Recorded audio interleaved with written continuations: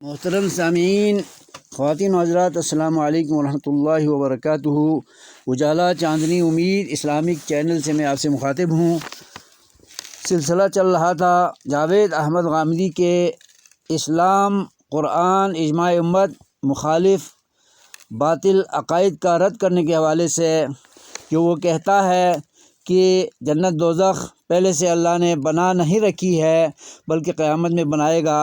تو یہ عقیدہ باطل ہے قرآن، حدیث، اجماع امت کی روشنی میں۔ آج میں ویڈیو میں سورہ احزاب کی آیت نمبر 7 اور 8 کی روشنی میں جاوید احمد غامدی کے باطل عقائد کا رد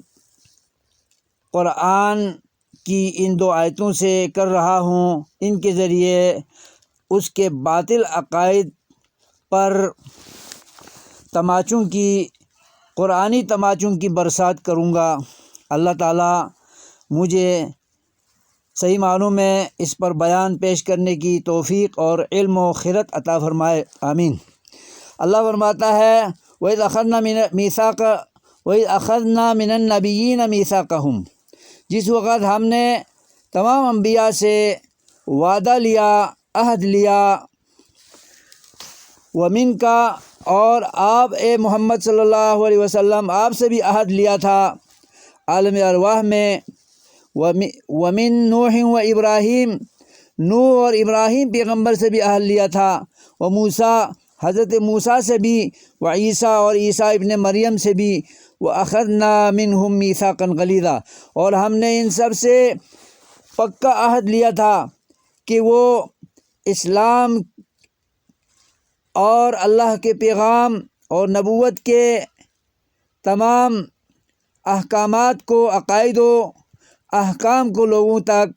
عوام تک پہنچاتے رہیں گے، اور اس میں سستی، غفلت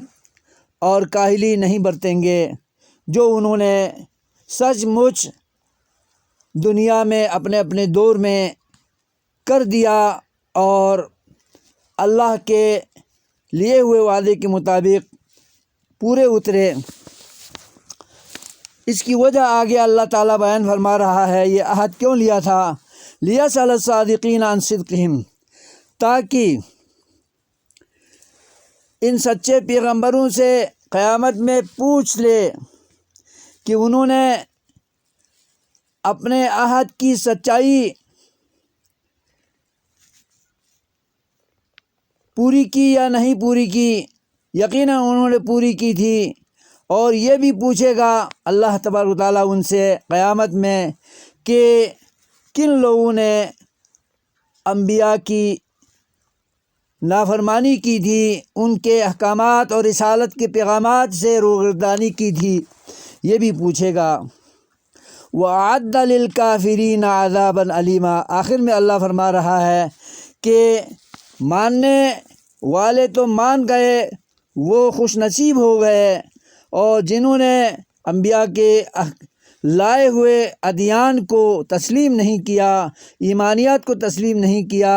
ان کے الہی پیغامات کو تسلیم نہیں کیا، اللہ کی بھیجی ہوئی کتابوں کو تسلیم نہیں کیا، تو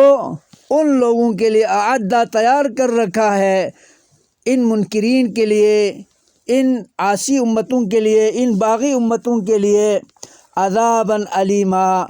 دردناک عذاب۔ تو یہاں بھی جاوید احمد غامدی کے باطل عقائد کا رد کیا جا رہا ہے، اور ان پر قرآنی تماچوں کی برسات برسائی جا رہی ہے۔ اللہ نے یہاں بھی اعدہ ماضی معروف کا صیغہ استعمال کیا ہے، یعنی گزشتہ زمانے پر دلالت کرنے والا فعل استعمال کیا ہے کہ تیار کیا ہوا ہے منکرین، عاصین، باغیوں کے لیے دردناک عذاب، نہ کہ تیار مستقبل میں کرنے کا ذکر کیا ہے۔ تو یہاں سے بھی جاوید احمد غامدی کو شرم آنی چاہیے، حیا آنی چاہیے، اور اسے اپنی غلطی کا اعتراف کرنا چاہیے، اور اپنی غلطی کی معافی اللہ سے مانگنی چاہیے، اور توبہ کرنی چاہیے، اور یہ عہد کرنا چاہیے کہ اب کے بعد میری ویڈیوز سننے کے بعد، میری ویڈیوز سے اس کے باطل عقائد ظاہر اور واشگاب ہونے کے بعد وہ لوگوں کو دوبارہ گمراہ نہیں کرے گا اور نہیں بہکائے گا، دین حق سے، عقائد صحیحہ سے لوگوں کو نہیں پھسلائے گا۔ اللہ تعالی ہم سب کو سمجھ دے۔ والسلام علیکم ورحمۃ اللہ وبرکاتہ۔